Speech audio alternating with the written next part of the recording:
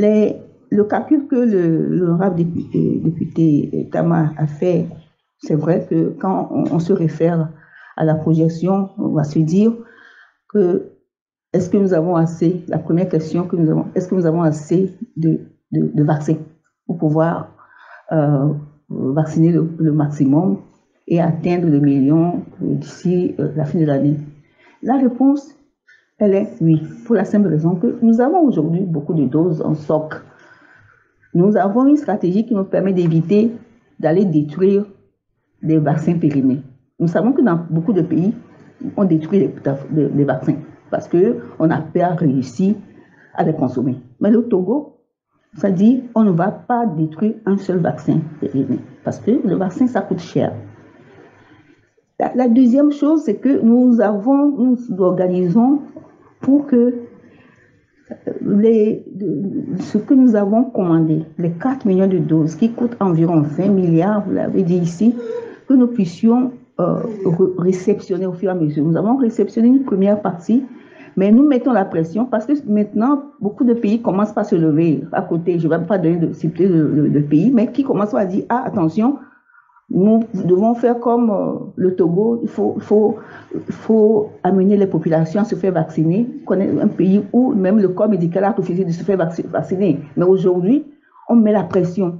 Et donc, ces pays qui se lèvent aujourd'hui aussi souhaitent avoir assez rapidement les doses de vaccins. Donc, nous devons encore plus nous mobiliser, démontrer que le peu que nous avons, nous le consommons rapidement et qu'on peut nous mettre toujours dans les pays prioritaire à recevoir les doses. Parce qu'une chose est de commander, mais l'autre aussi de tout faire pour réceptionner. Je dois dire aussi que le Togo fait partie de rares pays qui ont réfléchi à faire une commande sur des fonds propres de vaccins. Et ces 20 milliards, c'est beaucoup. Il y a des pays qui attendent juste les dons. Et les dons, ça dépend des partenaires, etc. Donc, c'est pour vous dire que ce qui se passe dans notre pays relève réellement d'une volonté politique de faire en sorte que nous puissions déployer les meilleures stratégies possibles pour vacciner le maximum de Togolais. Alors, je voudrais juste vous demander, honorable député, de nous aider à passer le bon message.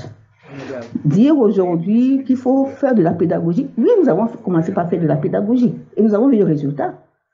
Nous avons des centres de vaccination qui sont là. Les gens n'y vont pas juste parce qu'ils ont été plus affectés par des fake news ou bien des infox et ils ont peur de ne pas aller se faire vacciner. Donc, nous sommes obligés de passer à une autre stratégie pour être plus agressifs, pour faire peur, selon ce que le président de la commission a dit tout à l'heure, parce que ça coûte cher, ça coûte nous perdons beaucoup de temps, nous perdons beaucoup d'énergie, nous perdons beaucoup de ressources, et nous devons aller très vite. C'est pour ça que tout à l'heure, j'ai parlé de sursaut patriotique à la fois individuel et collectif. Nous devons commencer par faire peur. Et nous devons savoir aussi qu'on ne peut pas continuer par rendre gratuit ces prises en charge qui coûtent cher à la population, qui coûtent cher à notre pays. Donc, je voudrais vraiment demander de ne pas trop questionner pour qu'on exige un pass vaccinal, pour qu'on exige une preuve de vaccination. Mettons-nous tous, responsabilisons-nous tous pour faire en sorte que chacune puisse le faire. Les 2 jours, vendredi, samedi, j'ai suivi, et hier, donc lundi, pour la journée d'hier seule, 20 000 personnes ont été vaccinées. Alors qu'il y a des jours, on a à peine 100, 500. 20 000 personnes, ça veut dire que les gens ont compris qu'il faut se faire vacciner. Ça veut dire que ça a pris. Donc nous devons nous faire violence pour arriver à consommer ce stock de vaccins et pouvoir mettre la pression sur le gouvernement pour recevoir davantage de vaccins et atteindre l'immunité collective dans les meilleurs délais pour reprendre une vie normale. Sinon, c'est toute l'économie du pays qui en prend un coup et après, on ne pourra pas faire les filets sociaux parce qu'on n'aura pas assez de moyens pour faire face aux besoins sociaux des populations. Donc, nous devons vraiment prendre conscience de cette situation. Donc, aidez-nous à non seulement faire de la pédagogie, mais aussi être un peu plus exigeant. Le stock est là, il faut se faire vacciner. Et si on ne le fait pas, on ne doit pas pénaliser ceux qui ont accepté de se faire vacciner. Je voudrais également profiter pour dire également que le renforcement nous avons pris conscience de cela. Parce qu'en échangeant avec les acteurs, J'ai conduit personnellement des rencontres avec tous les acteurs, les dignitaires religieux, les différents responsables des catégories socio-professionnelles de notre pays, pour les écouter, mais aussi pour leur demander de faire des propositions. On était tous unanimes à changer de stratégie.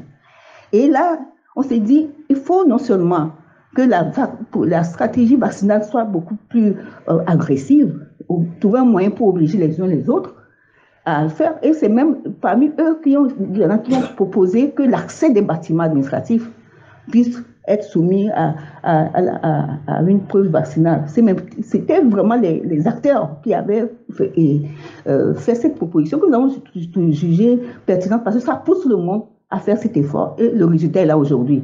Donc, on ne doit pas le droit de freiner cet élan que nous observons depuis 2-3 jours. Et donc, parallèlement à cette stratégie vaccinale plus agressive, nous devons continuer par renforcer le contrôle des mesures barrières. Je l'ai dit dans mon mot, les mesures n'ont pas véritablement changé. Mais nous avons pris sur nous de rappeler cela.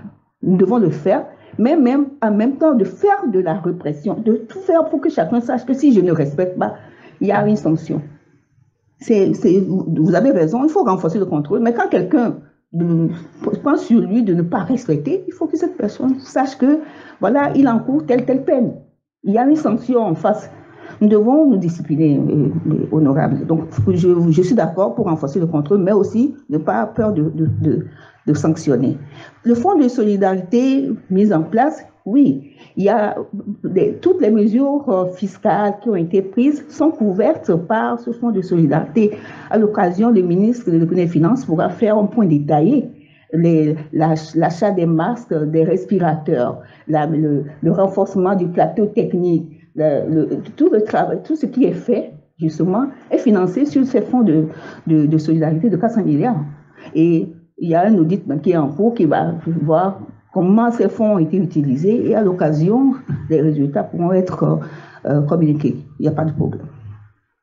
Il y avait donc, moratoire, je pense que nous avons déjà passé ce stade. Nous devons aller directement, respect des mesures de barrières, sanctionner, se faire vacciner. Il n'y a pas d'autre chose que ça. C'est les deux.